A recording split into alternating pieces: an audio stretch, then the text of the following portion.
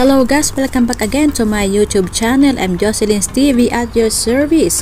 Meron po ulit tayong new update dito po sa Star Maker. Pasok po tayo dito sa ating system info. Ito po ay about sa ating diamonds.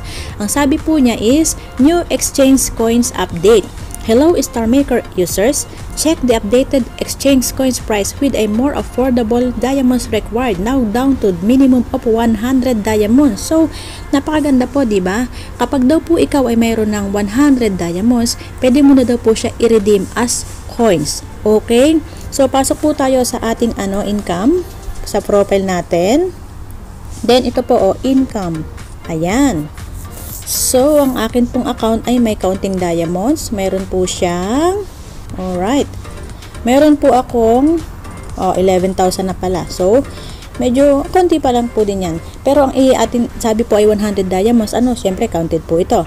Kukuha po tayo ng 100 diamonds. Kung paano ba maging coins? I-click lang po natin itong coins exchange. Okay? At meron pa daw po tayo na 25% discount. O, diba? Masaya. So, kapag daw po tayo ay may 100 diamonds na, pwede po natin siyang i-redeem as 12 coins plus 2 bonus equals 14 coins. O, diba? Pwede na rin po iyon kasi po ang diamonds naman po, pwede po natin yung ma-claim, pwede po natin makuha kahit hindi po tayo gumagastos. Ayan po ang mga pwede po natin na i-redeem. Kung ilan na po yung diamonds mo, ito po yung bracket niya. So, nandito po tayo sa 100. And bahala na po kayo kung ilan po yung inyong diamond, kung ilan po ang inyong i-redeem. So, ganito lang po. Kukuha lang po tayo ng 100. Then, ayan po sabi, it take to 100 diamonds to exchange 14 coins. Okay, so, i-confirm po na.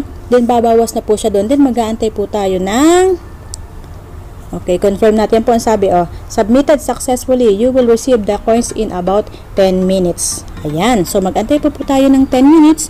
And then, another 10 minutes at may coins ka pa, pwede ka rin po mag-redeem ng mag-redeem. So, pinakita ko lang po sa inyo kung paano po ang pag-redeem ng diamonds. 100 diamonds is equals to 14 coins. So, ganun lang po. Dati-rati po kasi 500 ang minimum. Naging 300. Ngayon, 100 na lang. O, diba? So, ganun lang po ang pag-redeem, ha? And i-add ko na lang po, kailangan po makareceive po kayo ng mga buy gift para po magkaroon kayo ng income or diamonds.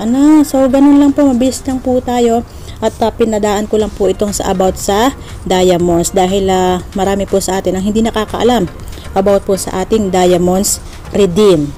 Ayan po, exchange coins. Ganun lang po. Dito lang po natin makikita yung mga buy coins. Ayan. Dire-diretso ko na rin. Pasok po tayo sa ating ayan, dito po sa icon, gift icon. Ayan po. So, after 10 minutes pa po darating yung ating coins, ha. Ayan, medyo mabagal yung net. So, guys, ito po yung mga buy coins. Kapag hinagisan po kayo ng mga yan, mga buy coins na yan, syempre po, magkakaroon po kayo ng income or diamonds. Ang shells po ay not counted to become a diamonds. Okay? So, saan po nakikita ang total gift na nare-receive natin? So, punta kayo sa profile nyo. Ayan po yung profile. Ito lang po, total top funds. Ayan. So, ayan po ang mga total ng inyong mga gift na nare-receive. Lahat po nakasulat dyan. Kaliit-liitan na nagbibigay sa inyo ng gift. Ayan po lahat. Doon lang po sa inyong profile. Dito po. Okay? So, guys, ganun lang po kasimple. Thank you so much po and God bless po sa ating lahat.